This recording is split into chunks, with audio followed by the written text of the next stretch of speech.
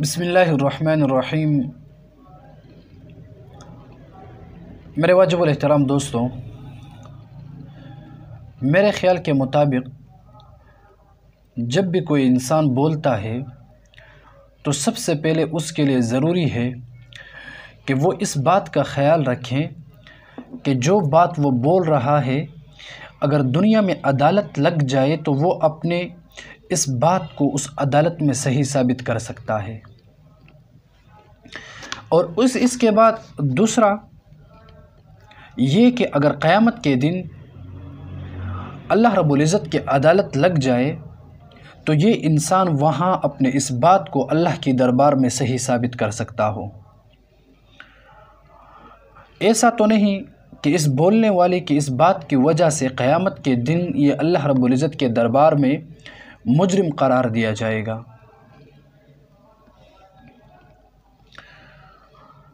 اور دوسری بات یہ کہ جب بھی کوئی انسان بولنے لگے تو وہ اس بات کا بھی خیال رکھے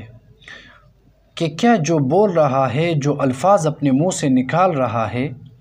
یہ دینی اسلام کے دائرے کے باہر تو نہیں ہے، کہیں یہ دینی اسلام کے قواعد اور قوانین کے خلاف تو میں نہیں بول رہا۔ اس بات پر بھی ضرور نظر رکھنی چاہیے۔ اور تیسری بات یہ کہ ہمیشہ متکلم کے لیے ضروری ہے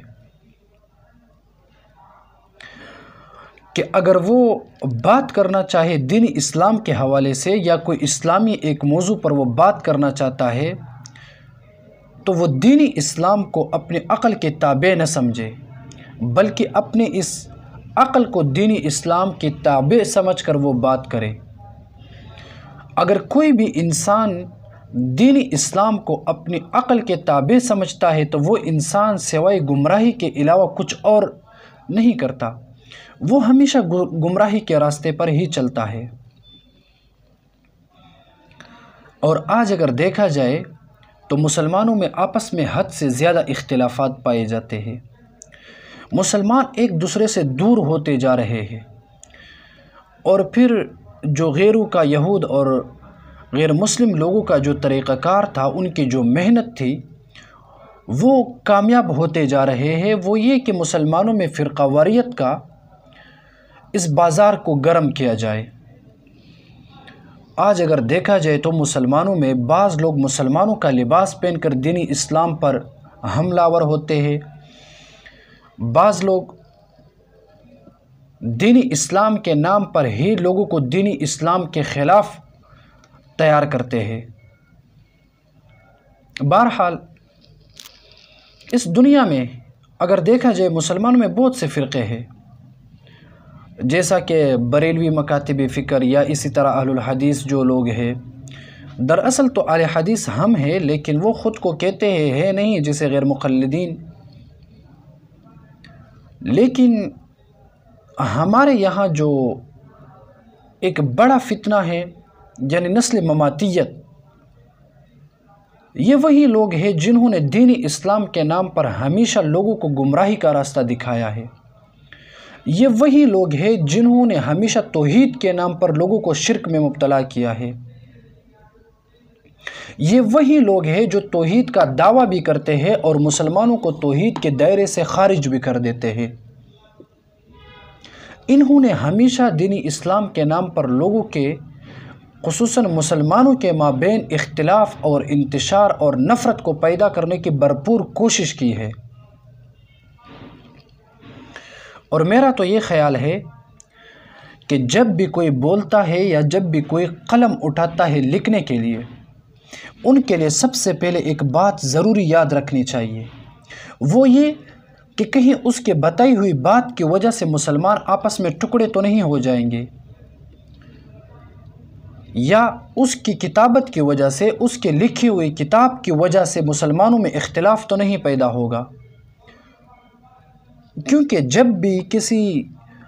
مسلک کا ایک بڑا معتبر عالم الدین بولنے لگتا ہے یا کوئی بڑا آدمی بولتا ہے یا وہ لکھتا ہے تو اس کو سننے والے اور اس کو پڑھنے والے دو قسم کے لوگ موجود ہوتے ہیں۔ ایک قسم کے لوگ وہ ہوتے ہیں جو ہمارے مسلمانوں میں کثیر تعداد میں پائے جاتے ہیں، یعنی شخص پرستی کو دیکھ کر فیصلہ کرنے والے، کسی انسان کو دیکھ کر اس کے بات کو سنیے بغیر وہ فیصلہ کر دیتے ہیں۔ جب کوئی بڑا آدمی بولتا ہے تو اس کو سننے والے جو لوگ ہوتے ہیں تو وہ صرف اس کی شخصیت کو دیکھتے ہیں۔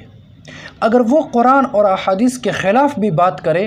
تو پھر بھی لوگ اس کو صحیح تسلیم کرتے ہیں۔ کیوں؟ کیونکہ یہاں پر لوگ اس کی شخصیت کو دیکھتے ہیں، اور یہ دراصل فتنہ اماماتیت میں یہ بڑی مرض ہے کہ وہ ہمیشہ کسی آدمی کو دیکھ کر فیصلہ کرتے ہیں، نہ کہ ان کی بات کو دیکھ کر فیصلہ کرتے ہیں۔ یا وہ جب بھی دیکھتے ہیں کسی کتاب کو پڑھتے ہیں تو جو کتاب میں لکھا ہوا ہے اس کو وہ بالکل نہ مانتے ہیں، اور نہ وہ اس کو سمجھ سکتے ہیں، اور نہ وہ اس کو ترجیح دیتے ہیں، بلکہ وہ صرف یہ دیکھتے ہیں کہ لکھنے والا کون ہے۔ اگر لکھنے والا ان کا پسندیدہ شخصیت میں سے کوئی ہو تو پھر وہ چاہے جو بھی لکھے وہ لوگ مان جاتے ہیں۔ اور اگر دیکھیں کہ کوئی قرآن کی ایک آیت مبارکہ بھی لکھیں لیکن لکھنے والا ان کے پسندیدہ اشخاص میں سے کوئی نہیں ہے تو وہ اس قرآن کے آیت کو بھی نعوذ باللہ رد کر دیتے ہیں۔ کیوں؟ کیونکہ وہ شخصیت کو دیکھتے ہیں۔ اور دوسرے قسم کے کون لوگ ہوتے ہیں؟ جو ہمیشہ شخصیت کو نہیں دیکھتے بلکہ وہ ہمیشہ باتوں کو سنتے ہیں، اور جو لکھی ہوئی کتاب ہے اس کو پڑھتے ہیں، اس کے بعد فیصلہ کرتے ہیں۔ جیسا کہ انظر ما قال ولا تنظر من قال کو مد نظر رکھتے ہوئے، یعنی آپ اس کو دیکھیں کہ یہ کیا بول رہا ہے، بلکہ اس کو مت دیکھیں کہ کون بول رہا ہے۔ اس بات کو جب ہم اپنے زندگی کا مقصد بنائیں گے تو تب ہم کامیاب ہو سکتے ہیں، اور ہم دین اسلام کی اچھی خدمت بھی کر سکتے ہیں۔ وہ اس لیے کہ ہمیں شخص پرستی کرنا، کسی کی ذہنی غلامی کرنا، یا کسی کو اپنے لیے ایک دلیل قائم کرنا آج کے زمانے کے لوگوں کو، یہ صرف اور صرف گمراہی کے علاوہ کچھ اور نہیں ہے۔ آج دنیا میں مسلمانوں کے مابین زیادہ اختلاف ہے، لیکن جن لوگوں کی وجہ سے اختلاف ہے وہ لوگ آج دنیا میں موجود نہیں ہیں، بلکہ ان کی لکھی ہوئی کتابیں آج موجود ہیں، جس کی وجہ سے مسلمان آپس میں نفرت کرنے لگے ہیں۔ تو میری بات کا مقصد اور خلاصہ یہ ہے کہ جب بھی کوئی بندہ لکھتا ہے تو سوچ سمجھ کر لکھے کہ کہیں وہ دین اسلام کے خلاف تو اپنا قلم کا استعمال نہیں کرتا، کہیں وہ دین اسلام کے قواعد اور ضوابط کے خلاف تو نہیں لکھ رہا۔ ایسے بہت سے لوگ اس دنیا میں پائے جاتے ہیں جو اپنے من پسندی سے،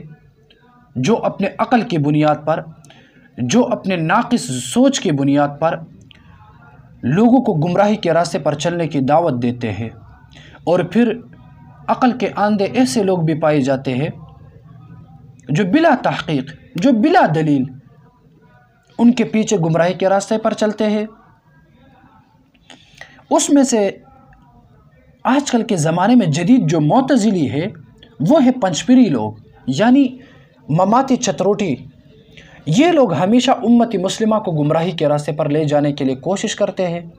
بہرحال ہم بیان کریں گے، انشاءاللہ ہم اس پر پوری تحقیق کریں گے، اور اس مسئلہ کو ہم ایسا بیان کریں گے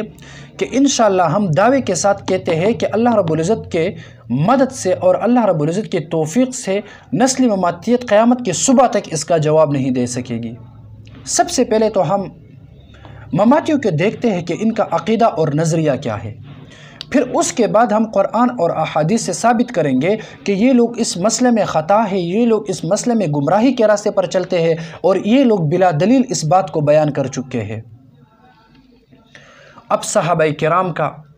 تابعین، تبع تابعین کا اجماعی عقیدہ ہے، امت مسلمہ کا اجماعی عقیدہ ہے کہ انبیاء کرام اپنے قبروں میں زندہ ہوتے ہیں، ان کا یہی جسم جو دنیا میں ہوتا ہے یہی جسم وہاں زندہ ہوتا ہے۔ انبیاء کرام کو چھوڑو، بلکہ یہ بات تو کوئی عام انسان بھی سمجھ سکتا ہے جو عالم الدین نہیں ہو، جو کچھ لکھا ہوا جو بالکل کچھ پڑھا ہوا بھی نہ ہو، وہ بھی اس بات کو سمجھ سکتا ہے اور اس کا بھی دماغ کام کرتا ہے کہ مرنے کے بعد جب انسان کو قبر میں رکھا جائے تو یہ انسان دوبارہ زندہ ہو جاتا ہے اور اس انسان سے سوالات ہوتے ہیں اور اس انسان کو جواب دینا پڑتا ہے۔ اس کے بعد اگر یہ ان سوالات کے صحیح جواب دیں گے تو اس کو جنت، اور اگر صحیح جواب نہ دیں بلکہ امتحان میں فیل ہو جائے تو اس کو جہنم میں ڈالا جاتا ہے۔ یہ تو عام سی بات ہے، لیکن مماتی کے جو بڑے بڑے مجادلین جو لوگ ہیں، جن کو یہ لوگ اپنے پیشوا اور اپنا مقتدا سمجھتے ہیں، وہی لوگ قرآن اور احادیث کو چھوڑ کر اپنے من پسندی سے کچھ عقائد بیان کر چکے ہیں۔ امت مسلمہ کا اس بات پر اتفاق ہے کہ حیات النبی صلی اللہ علیہ وسلم ایک درست عقیدہ ہے، لیکن اب اگر دیکھا جائے میرے ہاتھ میں یہ ندائے حق جلد نمبر 1 جو نیلوی صاحب کا کتاب ہے، محمد حسین نیلوی،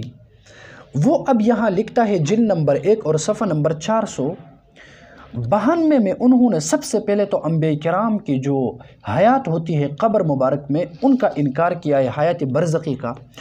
یہ اپنے کتاب میں لکھتا ہے کہ انبیاء کرام علیہ السلام کے اجساد طیبہ میں نہ حیات برزخی ہوتی ہے اور نہ ان میں ادراک اور شعور ہوتا ہے۔ ندائے حق جلد نمبر 1 صفحہ نمبر 492 میں اس نے لکھا ہے کہ انبیاء کرام کی حیات قبر میں نہ تو برزخی ہوتی ہے اور نہ ان میں ادراک اور شعور ہوتا ہے۔ اور اب یہ کتنے بڑی گستاخی ہے انبیاء کرام کی۔ ہم بیان کریں گے انشاءاللہ احادیث متواترہ کو، صحیح احادیث کو ہم بیان کریں گے، ہم قرآن سے اور احادیث سے ثابت کریں گے کہ انبیاء کرام کی حیات بھی ہے اور ان میں ادراک اور شعور بھی ہے، بلکہ حضور صلی اللہ علیہ وسلم نے فرمایا ہے من صلی علیہ عند قبری سمیتہ، اگر جب بھی کوئی آ کر میرے قبر کے سامنے میرے قبر کے ساتھ مجھ پر درود بیچتا ہے تو حضور صلی اللہ علیہ وسلم نے فرمایا کہ میں اس کو سنتا بھی ہوں، اور پھر احادیث میں موجود ہے کہ حضور صلی اللہ علیہ وسلم اس درود کا اور سلام کا جواب بھی دیا کرتا ہے۔ لیکن یہ بدبخت لوگ اپنے عقل کو ایک کامل چیز تسلیم کر کے قرآن اور احادیث سے انکار کرتے ہیں۔ اتنا نہیں، انکار کرنا نہیں، بلکہ یہ لوگ پھر کیا لکھتے ہیں، اب اگر دیکھا جائے مجموعہ رسائل نیلوی کو تو یہ اس کے جلد نمبر 1 اور صفحہ نمبر 65 میں لکھتے ہیں، یہ مجموعہ رسائل نیلوی، اس میں لکھتے ہیں کہ انبیاء کرام کا جو جسد مبارک ہوتا ہے وہ قبر میں محفوظ تو ہوتا ہے، جبکہ بد مذہب لوگوں کا عقیدہ ہے کہ انبیاء کرام پر موت طاری ہی نہیں ہوتی اور وہ زندہ جاوید ہوتے ہیں، اور بعض موت کے قائل تو ہے لیکن ساتھ یہ بھی کہتے ہیں کہ دفن ہونے کے بعد وہ اپنے اپنے قبروں میں زندہ ہو جاتے ہیں، جیسا کہ یہود و نصارہ وغیرہ کا عقائدی باطلہ کا مطالعہ کرنے سے معلوم ہوتا ہے۔ اسی طرح ہندو اور سکھوں کا عقیدہ بھی قریب قریب انہی سے ملتا جلتا ہے۔ اب اگر دیکھا جائے تو اس نے یہاں پر 2 باتیں کی ہے۔ سب سے پہلے تو نیلوی صاحب نے یہ کہا کہ بعض لوگ انبیاء کرام کی موت کا انکار کرتے ہیں، تو یہ انہوں نے سب سے بڑا جھوٹ بولا ہے۔ دنیا میں ایسا کوئی بندہ نہیں ہے جو مسلمان ہو اور وہ پیغمبر کی موت کا انکار کرے۔ لوگ اگر دیکھا جائے حضور صلی اللہ علیہ وسلم کی وفات کے بعد زندگی کے اس مسئلے میں اگر بعض بریلویوں کو دیکھا جائے تو وہ زیادہ غلو کر دیتے ہیں، لیکن وہ بھی حضور صلی اللہ علیہ وسلم کے موت کے قائل ہیں، وہ بھی انکار نہیں کرتے، لیکن یہاں پر اس نے سب سے بڑا جھوٹ بولا ہے۔ اس کے بعد نیلوی جو پنجپیریوں کا بڑا مناظر گزرا ہے، اس نے یہاں پہ لکھا ہے کہ یہ جو حیات النبی کا مسئلہ ہے یا مرنے کے بعد اپنے قبروں میں زندہ ہونے کی جو بات ہے، یہ دراصل یہود اور نصارہ کی بات ہے اور سکھ اور ہندو لوگوں کا مذہب ہے۔ اب یہ کتنے سخت بات ہے۔ خود حضور صلی اللہ علیہ وسلم نے فرمایا ہے کہ مرنے کے بعد زندہ ہو جاتا ہے بندہ۔ خود اللہ رب العزت نے فرمایا قرآن مجید میں کہ انسان مرنے کے بعد واپس زندہ ہو جاتا ہے، لیکن پنجپیری لوگ اس سے انکار کرتے ہیں۔ اب ہم نے ندائے حق اور مجموعہ رسائل نیلوی کے 2 عبارتیں ہم نے پیش کی ہے۔ یہاں پر یہ حیات النبی سے انکار کرتا ہے، یعنی مرنے کے بعد انبیاء کرام کو یہ حیات برزخی نہیں مانتا، اور یہاں پر یہ حضور صلی اللہ علیہ وسلم سمیت تمام انسانوں کو مرنے کے بعد یہ بیان فرماتا ہے کہ جو لوگ مرنے کے بعد دوبارہ زندہ ہونے کا قول کرتے ہیں، دوبارہ زندہ ہونے کا عقیدہ رکھتے ہیں، تو یہ ہندو اور یہودیوں کا مذہب ہے، اور یہ سکھ لوگوں کا مذہب ہے، اور یہ غیر مسلم کا مذہب ہے۔ تو انشاءاللہ ہم سب سے پہلے قرآن مجید اور احادیث سے اس کی ہوئی ان دو باتوں کو ہم غلط ثابت کریں گے۔